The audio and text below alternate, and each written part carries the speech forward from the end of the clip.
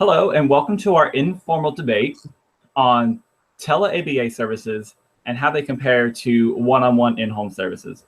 My name is Joshua Lapointe, and I will be leading this debate as the introducer. As far as the goals of this debate, we essentially want to answer these main questions. What is one-on-one in-home service? What is tele-ABA? And when it comes to tele-ABA, when compared to one-on-one in-home service, is one more beneficial than the other?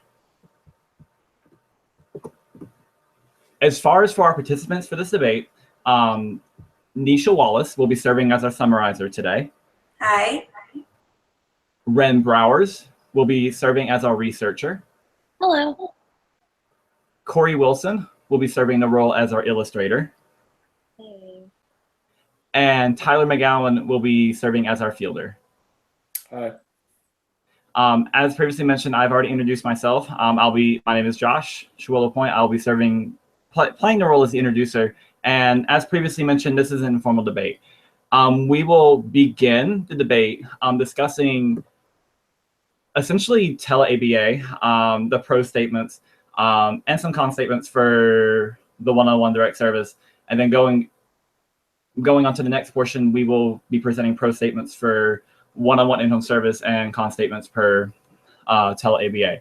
So, history of applied behavior analysis. To give a brief introduction, history of applied behavior analysis, or otherwise known as ABA.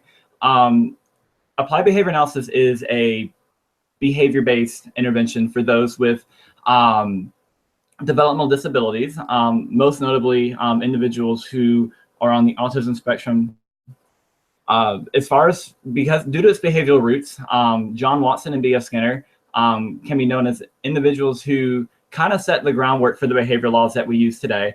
John Watson helped lead the charge for the field of psychology, leading the field from an introspective mindset to more of a overt mindset. And B.F. Skinner used that to essentially continue research and introduce what is known as radical behaviorism. From that, Beowulf and Risley, the article they published in 1968, some concurrent dimensions of applied behavior analysis, that helps set the guiding principles of the field of applied behavior analysis that are used today. And essentially, it ensures that the field of ABA is applied, it's technological, it allows skills that are taught to be generalized into multiple environments. And essentially, if none of that is being followed, as well as with some of the other fields, dimensions that they had mentioned, it is not true applied behavior analysis. Ivar Lovaas, he was one of the most, I would say, recognizable individuals when it comes to ABA, because he helped set the groundwork, or at least the stage, for the ABA that we know today from a procedural standpoint. Some of the methods that he used may have been controversial back to when he was practicing, but at the same time, a lot of stuff in psychology had its share of controversy before ethical guidelines were set. As far as for the history of tele-ABA, tele-ABA is rather recent to the field of applied behavior analysis. It involves the use of technological equipment such as a computer, and essentially a behavior practitioner will be either on a screen share phone call through video conferencing equipment, and will be providing training to the client on how to effectively use an intervention to help conduct a functional analysis and other things as well. Prior to Boisvert et al. 2010, the field of tele-ABA was not examined thoroughly. And essentially, that means that there wasn't a lot of research prior to the Boisvert article or the Boisvert medical meta-analysis. Now, as the field has become more diverse and more research has been done, we want to make sure that we're not discrediting it. Just because there wasn't a whole lot of research done prior to 2010 doesn't mean that a lot of research has not been conducted after that. as far as for questions we would like to answer during this portion of the debate, what research supports tele-ABA? ABA is a research-based field, and due to that, there are certain compliance codes that we need to consider. BACB Compliance Code 1.01, otherwise known as the Evidence-Based Practice Compliance Code. We want to make sure that everything that we use in the field of ABA is backed by science. And if it's backed by science, is it effective? Compliance Code 2.09, for clients' rights, all clients have the right to the most effective treatment possible. If it's not effective, we should not be using it. What are, if any, the benefits of tele-ABA? Are there any benefits that tele-ABA provides that may not be possible, or at least maybe considered limitations to one-on-one direct service? And is tele-ABA superior to in-home direct service when they're compared against one another? To help answer these questions, I'm going to hand the debate off to Nisha, who will be summarizing some of the history of ABA, and also introducing some of the research that we have. Nisha? Hi. So Skinner and others outline the basic principles of behavior, which involves the science of behavior analysis. ABA uses reinforcement and teaching techniques in any applied setting to improve socially significant behaviors. In the 1970s, ABA therapy was first implemented by Lovas and Kogel. In comparison, telehealth is a fairly new practice which provides remote provisions of healthcare services which are delivered via telecommunication technology. This method of delivery allows behavior analysts and other professionals to deliver real-time support, conduct trainings, and other services from their remote locations. Although telehealth has only been around for nearly 3 decades and adopted across several fields, behavior analysts have just begun evaluating the effectiveness of this delivery of services nearly 10 years ago. Research such as Bosfart, Vismara, Suez, and colleagues have shown that tele-ABA is an adequate and equal alternative to in-home ABA in many situations, with the reduced cost in comparison to the in-home direct services. Tele-ABA is approximately 1/5 the cost of ABA in-home services. Innovation such as telehealth offers opportunities for families of individuals with autism to access services that were not previously accessible, especially for those that live in rural areas. Tele-ABA can help to lower the cost, increase accessibility, and limit geographic barriers. Tele-ABA has also been shown to be effective in the following domains, which include teaching language skills, according to the Vismara article, as well as implementing functional communication training and functional analysis training, in addition to the parent training, according to the WACA article. Our next presenter is Rin, who will discuss the research in much more detail. Thank you, Nisha. So the first article that we are going to be discussing is the Vismara et al. Article from 2012. And the title of this article is Telehealth for Expanding the Reach of Early Autism Training to Parents. A couple key points from this article that we extracted were the influence of tele-ABA with parents serving as the child's first and most natural teacher, the ability to apply to more than just the adolescent population, and the increases in heightened social communication, both in meaningful conversation, appropriate language, and joint attention and conversational engagement, as well as comprehensive development. So looking at the details of this article, Vismara explained that parents serve as the first teachers for children and are arguably the most natural teachers that the child has. They have the most exposure, they know the child the best, and have the most opportunities to make an impression on the child and shape their behavior. Individuals in ABA improve efficiency and lasting changes in the parents by training them in these specialized skills that can be used day to day. And parents need more intentional practice, which involves more costly measures both in time and money. Tele-ABA is a method that can remediate this. Parents need help contriving situations and embracing those NET opportunities with their children. Obstacles including daily demands, family schedules such as siblings, work, and family life, and waiting lists for in-home therapy continuing to grow can potentially hinder the benefits that ABA can have, and tele-ABA can also remediate this factor. These factors can impact treatment fidelity and the necessary skills for these children to learn, and they may not be obtained during the intervention phase if they are not properly addressed. With tele-ABA, parents and caregivers can receive intervention services in real time as needed. This can overcome geographical barriers as well. There can be access at any time and any place. The equipment is inexpensive, and there are interactive, personalized features that can be used to communicate and share information. There are multiple methods that tele-ABA can use, including video conferencing, 3D virtual simulations, and so on. And this further demonstrates how versatile tele-ABA can be, catering to a higher functioning learner that can learn from abstract virtual experiences and to lower functioning learners and their parents who require more direct methods. Various skills can be taught to these parents, but other skills can also be taught to the learners, such as social, emotional, academic, and communicative skills. This means that the core teachings do not necessarily have to be on behavior management, but other skills to layer on top of the foundational pieces of ABA. According to this article, parents described that these tele-ABA sessions at home were comparable to the clinic-based sessions and felt comfortable using the technology. While there may be some individuals that are not as technologically savvy, coaching on how to use this program can also take place to remedy this concern. Tele-ABA can also be in the form of a DVD if webcam compatibility is missing from the equation or if the technology is too difficult to train. And children in this study in particular were no older than 36 months, which means that it is targeting a younger population as opposed to the adolescent and more technological age, focusing on that early intervention stage. Additionally, if there are any questions on potential ethical issues for this study, there was a password-protected webcam session that was used to ensure that it was HIPAA compliant, not using Google, Skype, or FaceTime, but more secure methods.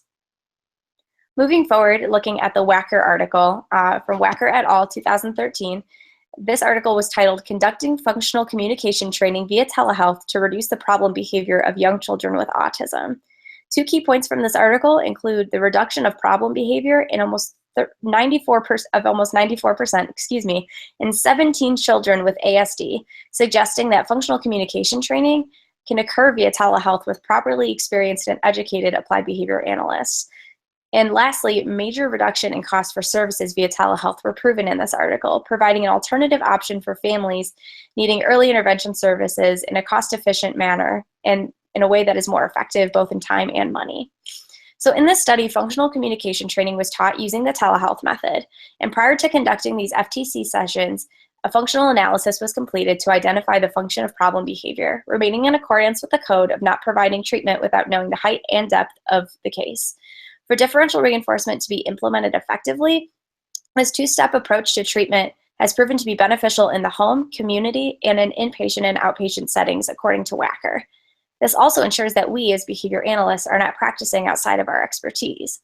It was previously suggested by Wacker and his colleagues that on-site training for this functional communication training was effective in reducing problem behavior by nearly 90%, despite the parents running it with very little training. Therefore, understanding that the need for behavior analytics services outweighs the availability, one solution was treatment access via telehealth to conduct FCT to resolve issues in geographic location and center availability.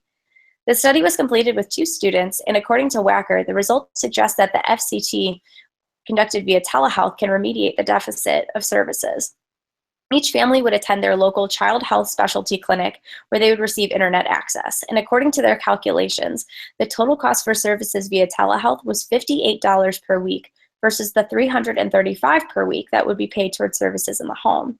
And when calculating the total of 192 visits that would occur for this group, the telehealth costs approximately were $11,500, while the in-home visits would have totaled $55,872. This substantial cost reduction of both time and money support telehealth being a valuable option for procedures with the complexity of functional communication training. What is left to be discovered is the condition in which telehealth should be applied, whether it's for severe or low-frequency behaviors based on family characteristics and so on.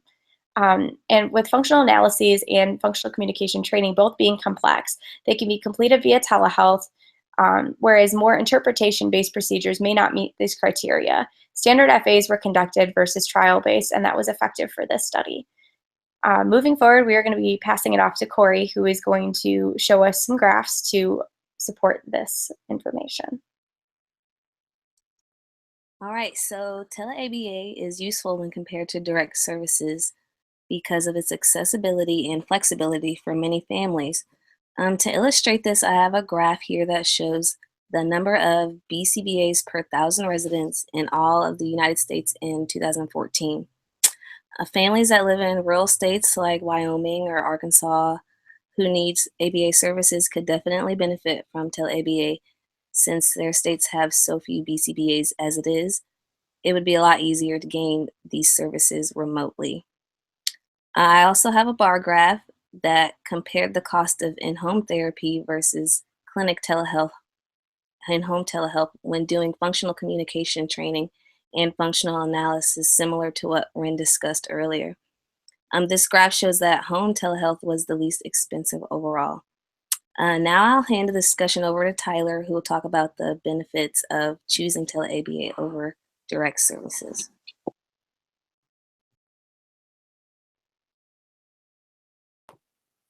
Thanks, Corey. So if we're looking again at tele-ABA in comparison to direct services, we want to ask some questions. Why should we go with tele-ABA over direct services? Kind of thinking as a parent, why would this be a better option for me? Well, according to Lindgren et al., 2016, it is more cost-effective to utilize tele-ABA in comparison to direct services. Again, we just heard about how the costs are a lot higher for direct services. For a consultant to come out to the home, it just costs a whole lot more. And so that might influence a parent's decision to even have ABA services. So tele-ABA is a more cost-effective option. It's also cheaper for the consultant because they're not going to have to worry about spending money and time to drive out to a family's home. You lose a lot of time whenever you're on the road that you could be spending with other clients. And so tele-ABA is a more cost-effective approach, not only for the family, but also for the consultant themselves. Again, money is often a deterrent to parents getting services. And so this method allows them to still access the help that they need and for it to be quality help as well. It allows for a greater reach of ABA for families that are in rural settings where services could be several hours away. Again, we heard about the number of BCBAs in various states, and those numbers are very low. And so if you're going to use tele-ABA, you might be a consultant, let's say in New York, and you're able to service a family, let's say in rural Indiana, without any issues at all. And that family can still get the quality services that they need.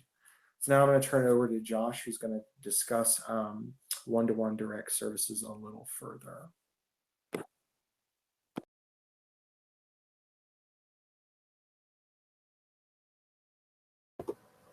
Thanks, Ty. So when it comes to one-on-one direct service, we have a few questions that we would like to ask for this part of the debate. What are the advantages of direct service? So is there anything distinct when you compare direct service to tele-ABA that may make direct service a more effective approach? What can direct service accomplish in those with ASD? Is there anything that may only be accomplishable through direct service rather than using a tele-ABA approach? Is there a difference in fidelity when comparing one-on-one direct service with tele-ABA? Fidelity is paramount when it comes to an intervention's effectiveness. If you're not implementing an intervention with fidelity, it may not be as effective. And as far as with concerns with tele-ABA, compliance codes. We have a compliance code of 2.06, confidentiality. This should be considered as a potential limitation to tele-ABA because unfortunately, even though we live in a very technological world, not all these safeguards have been vetted. So services that may be used as a way to commonly communicate, especially when it comes to voice sharing or video sharing, I should say, there may be some concerns when it comes to confidentiality. As far as with the effectiveness of one-on-one direct service, to kind of paint a picture of that, we have a couple of articles that I would like to briefly discuss. essentially with one-on-one direct service, the involvement of parents is useful when it comes to teaching functional skills, because when you think about it, children are going to be spending, or at least clients for that matter, may be spending the majority of their time with either their parents or primary caregivers, and they may be the ones that need to use the intervention most often, or at least be the ones to implement anything, because you're not going to be there all the time as a practitioner. So Chebane, Albert, Morgan, and DeBar, one study that they did was a replication of previous research that essentially looked at the improvisation of MANS using a pictorial exchange communication system, or PECS for short. And what they found was if a client was unable to ask for an item, let's say a Oreo cookie, they don't have a picture of an Oreo cookie on their PECS board, but they have a picture of a chocolate donut. Well, through intervention training with parents for baseline and for the treatment period, those individuals were able to continue to essentially improvise their MANS if the picture wasn't available with the parents, which is huge, because if you leave and they're not doing it for the parents, then what good is it? They're going to need you 24/7, which isn't the goal of ABA. We want to make sure that everything, we want to make sure independence for both all the clients, including the parents. Another one that implemented a parent training model that essentially I use a lot is the Kroger and Sorensen article from 2010. And they came out with a toilet training parent model that essentially had the parents lead the toilet training process in home. And they found that it was just as effective as a practitioner when the parents led it, which is extremely important because everyone goes to the bathroom, and there may be situations where a client who may be toilet training may not be at the house, right? They may be at the mall, they may be at the store, and their parents would have to essentially know how to react when it comes to that toilet training. So essentially, we want to make sure that the parents are involved with everything. And when it comes to one-on-one direct service, that is possible. To discuss some more of the research as it applies to direct service, and to present some research as well that indicates some pitfalls that are present with tele-ABA, I'm going to hand the debate back off to Ren. Thanks, Josh. So the next article we're going to be discussing that supports direct service, firstly, is Meta's article from 2014 titled Telemedicine's Potential Ethical Pitfalls. With the technologically advancing world, the healthcare industry is seeking ways to keep up with the evolution of services. 4 key points that were extracted from this article were patient-doctor relationships, threats to patient privacy, the fear of following the one-size-fits-all implementation, and the temptation to assume that new technology must be effective. So primarily, it states in Meta's article that the face-to-face relationship between a client and their clinician is extremely important for building that trust and empathy. A problem with tele-ABA is that it may not be able to be developed as deeply for the parents to feel that the person that is going to be caring for their child is someone that they can trust and empathize with. It is suggested that tele-ABA can be used as a supplement for pre-existing relationships, but by no means should it be the foundation for the patient-doctor relationship, according to this article. Additionally, there is the possibility of security breaches and others having access to personal health information. This is something that can be a huge concern if not following HIPAA compliance of using methods I previously mentioned of Google, FaceTime, or Skype to conduct these sessions. It is important to have password protection, but if that isn't available, these security breaches can definitely occur. Additionally, there is a problem with forcing the same solutions on patients with different situations, needs, and preferences by using tele-ABA versus direct services. Direct services has the ability of characterizing towards the exact client that is being serviced towards, but there is the potential issue of using tele-ABA and using the cookie cutter format of replicating it amongst clients. Procedures should not be adjusted to remove thorough assessment of these clients. And lastly, there is the question of new not always meaning better when it comes to technology. Computers crash all the time, and there is the potential issue of a computer crashing or technology failing, and those services that were provided to those families may not be able to be applied anymore. Moving on to the Suez article from 2014, it titled Evaluating the Treatment Fidelity of Parents Who Conduct In-Home FCT with Coaching via Telehealth from the Journal of Behavioral Education. This article looked at issues with treatment fidelity with sessions not coached by a behavior analyst, as well as a parent's responsiveness to feedback and their decision to implement.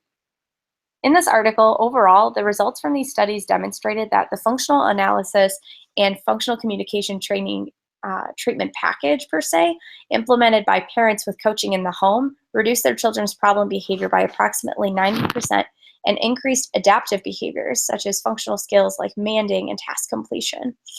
Parents would submit their videos recorded practice trials each week to the behavior consultant, who reviewed them to identify fidelity errors made by the parents. The question of fidelity is extremely important here because the parents were not in physical contact with the behavior consultant or health service provider. Thus, the need for parents to practice the treatment procedures on their own intensified with the provision of in-home tele-ABA services. Evaluating the fidelity with which parents practice the treatment procedures also was important given the previous results that demonstrated poor fidelity with treatment procedures. And this can affect treatment outcomes and lead to the reoccurrence of problem behavior if not implemented correctly. Additionally, although Wacker and colleagues have reported the results of numerous studies showing that parents can implement both the FA and FCT when coaching is conducted directly in their homes or in outpatient clinics, but in terms of tele-ABA, this is something that may possibly not be able to be achieved. Tele-ABA prevents clinicians from directly modeling the procedures with the child or assisting the parents with the implementation of treatment. Thus, parents must be responsive to the feedback provided during tele-ABA sessions and must be able to practice those procedures learned independently outside of those sessions. If the parents are not responsive or they do not continuously implement the interventions programmed for that client, treatment will be completely ineffective. There should not be a difference between the coached and the independent trials. And without that direct clinical direction and relying on supervision only through tele-ABA sessions, there are guaranteed inconsistencies if the parent is unable to see the benefits of the correctly implemented treatment that follows the program protocol. There is that concern of how much treatment plans parents accept, and if the behavioral consultant is not there to clinically direct that situation, it is evident that tele-ABA may not be suited for everyone. To expand on this further and to summarize our points, we are going to pass this off to Nisha. Thanks, Ren. So just to summarize some of what the research was discussing, according to the Meadow article, some instances in which tele-ABA is not an appropriate approach to treatment includes limitations such as limited internet connectivity, limited tech skills, and or breakdown in interpersonal communication between the clinician and the family, as well as ethical issues such as security and safeguards, procedural fidelity, and training procedures. In addition, malpractice lawsuits may make tele-ABA more difficult for caregivers. Therefore, direct ABA services are recommended as the best approach to effectively address these limitations of tele-ABA. Also, Suez evaluated the fidelity with caregivers to determine if the treatment and telehealth was effective or ineffective measures for providing coaching and training to caregivers. The results established in the study suggest that caregivers implemented functional communication training with suitable fidelity, and therefore there was no significant differences across coached and practice sessions. Overall, the outcomes of the study suggested that behavior analysts can train caregivers via telehealth while maintaining the effectiveness of the treatment.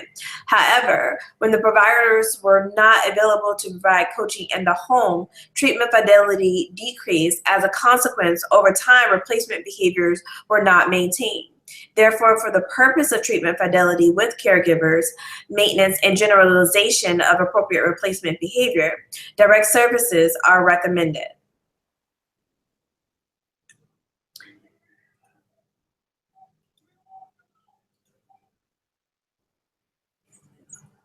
So now Corey will go into discussing the direct services benefits. So direct service in the home setting is very useful, as you've heard. In-home therapy away from a computer webcam allows for more opportunities for natural environment teaching and generalization of learned skills without as many environmental constraints. It also lessens the chance that the learner's personal health information and other data is hacked or somehow infiltrated by others outside of their therapy team. There's also no need to worry about technical issues or being trained on whatever technology they're using to do the tele-ABA with. Parents won't have to worry about splurging on strong internet connections and high quality cameras or microphones that are required to be pointed at the best possible spot to make sure that the therapist or BCBA can observe the entire environment. And procedural fidelity and integrity is a lot less likely to be low due to interventions being run by trained therapists who would be observed by BCBA, as opposed to the parents who may have no ABA experience, which could be stressful for some parents. So being able to leave all the therapy to the therapist is a big plus for a lot of parents out there. Now I'm going to pass it on to Tyler to talk about some limitations of tele-ABA. Thanks, Corey. So yeah, looking at what limits are found in tele-ABA that can be addressed in direct services. We've heard a lot about treatment fidelity, and that is a big concern. That treatment fidelity is a concern in tele-ABA. Suez article shows that the effects of treatment can be impacted negatively by poor implementation of the intervention. So treatment fidelity is a problem because you're dealing with parents who have no knowledge of ABA, who have not worked in the field at all. And we're now telling them that they need to run these procedures, and we're going to try to teach them that, via video or some other technology. But treatment fidelity there's a very good chance it's going to be compromised. And so the treatment's not going to be done as effectively as it could be if it was done through direct services. One of the other major concerns is that clinicians, again, they're not physically present in order to model and implement the strategies for parents. And so this leaves parents to practice these strategies on their own without any feedback during the session. So they're getting feedback maybe the next week after the consultant gets a hold of them and says, hey, how did it go? And going over everything, then finding out that they didn't do some of those strategies correctly. And so now they're going back and having to practice it again with their child. And so that gives a lot of concern and probably adds a lot of unnecessary stress to a parent's life. Whereas if there was a clinician that was physically present, they would be able to model those skills for the parents and then watch them model it and correct any concerns that might be there. Also, again, internet connectivity and a client's confidentiality is a concern. And as we heard about the BACB compliance code for protecting a client's personal information, how do you ensure that these concerns are addressed? It's very easy, of course, to hack into something like Google Hangouts, like we're on now, or Skype or FaceTime, that those are not really secure options for the BCBA or the family who chooses to use tele-ABA.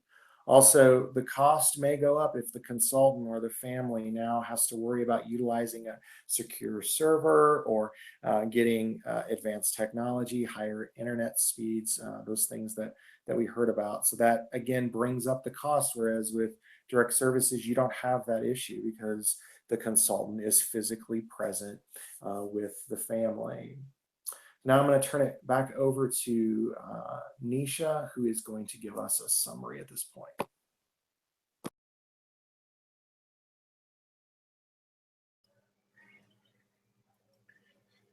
Thanks, Tyler. So just to summarize some of the key points that we discussed throughout this debate, in the beginning we talked about Skinner and other professionals that define the basic principles of ABA. These principles suggested that behaviors are maintained by consequences, and by establishing contingencies that would consistently and immediately follow the behavior, thereby either increasing or decreasing the effect of that behavior. It is also important to note that ABA is recognized as an evidence-based practice that brings about positive and meaningful change in the behavior. In the 1970s, Lovaas and Kogel introduced ABA therapy approaches to help individuals with autism and other developmental disabilities to help acquire skills and or change their behavior. Tele-ABA has been in practice for a little over a decade, and although it is fairly new, there are several advantages to this method of delivery. So some of the advantages of tele-ABA that were discussed were the increased access to services, the cost-effective treatment, since costs were much lower when services were provided via tele-ABA opposed to the in-home, as well as it extended the accessibility to other specialists, which were great for those that were in rural areas that didn't necessarily have access to professionals and things of that sort. We also identified some of the disadvantages of tele-ABA, which included electronic issues, client and family privacy assurance issues, inadequate assessments, as well as issues with procedural fidelity. We identified some of the advantages of direct ABA services, which included extensive assessments, increased procedural fidelity, and adequate individualized support for clients and families. Some of the disadvantages that were discussed included increased costs and limited access. Overall, the accessibility and flexibility of tele-ABA can make services available to a number of individuals, especially those that are in rural areas or have limited access to specialists in their area. Although there are several pitfalls to this method of delivery, consistent communication between clients and therapists can help to reduce most of the issues that we identified. Research has demonstrated that caregivers can effectively address problem behaviors that are associated with autism and other developmental disabilities, regardless of the treatment being directed by the behavior analyst remotely via telecommunications, or if the services were provided in the home with the client and families or out in the community. Due to the fact that tele-ABA can achieve similar outcomes to services that are provided directly at the reduced cost while meeting the needs of those with geographic barriers, we recommend the use of tele-ABA as an evidence-based practice to treat individuals and families with those underlying disabilities.